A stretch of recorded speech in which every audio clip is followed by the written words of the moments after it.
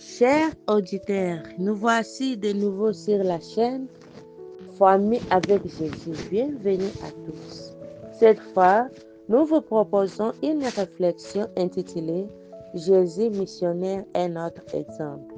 À l'âge de 12 ans environ, à l'occasion de la Pâque, Jésus accompagnant ses parents au culte en Jérusalem, à l'âge où tous les jeunes étaient les bienvenus aux offices religieux. Nous lisons en Luc chapitre 2, versets 41 et 42. Il s'est retrouvé soudain à donner des conférences parmi les prêtres admiratifs du temple, mais expliquant tout ce qui concernait les symboles du tabernacle. Ses parents, après 3 jours de recherche, finirent par les retrouver. Naturellement, il s'est mis une plainte à laquelle Jésus répondit avec courtoisie. Pourquoi me cherchez-vous? Ne savez-vous pas qu'il faut s'occuper des affaires de mon Père? Déjà à cet âge, Jésus connaissant la responsabilité qui lui incombe.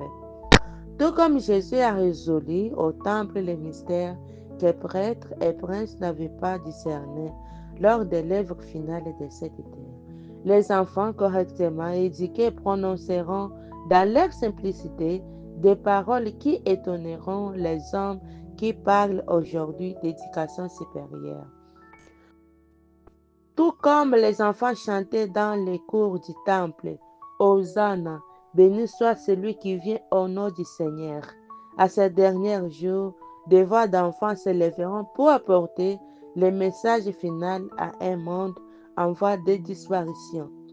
Lorsque les anges célestes verront que les hommes ne sont plus autorisés à présenter la vérité, l'Esprit de Dieu descendra sur les enfants et ils accompliront une tâche de proclamation de la vérité que les travailleurs plus âgés ne pourront pas accomplir, car leur chemin leur est fermé.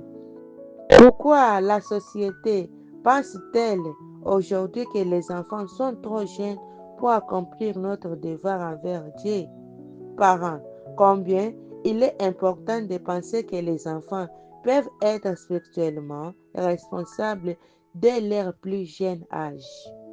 Le temps a passé et nous voyons maintenant les puits de Jacob, communément appelés ainsi par histoire.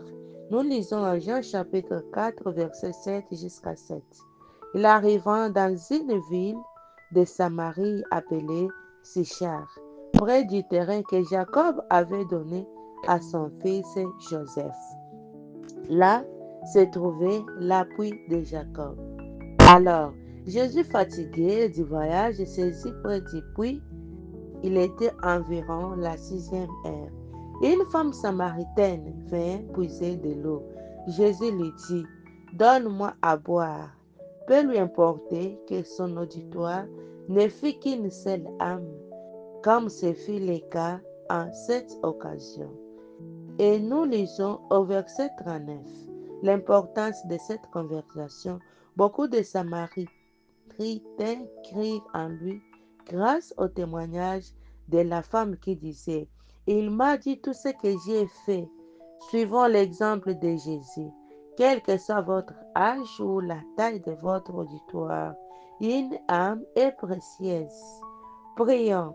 Notre Père qui habite au ciel, aujourd'hui, nous demandons d'apprécier la situation et l'opportunité qui se présente de partager cette bonne nouvelle. Nous espérons que nos enfants et nos jeunes seront formés à l'œuvre missionnaire. Nous en avons besoin et nous prions en Jésus. Amen. Je vous invite à partager notre chaîne avec vos amis, vos voisins et votre famille. À bientôt pour la prochaine méditation.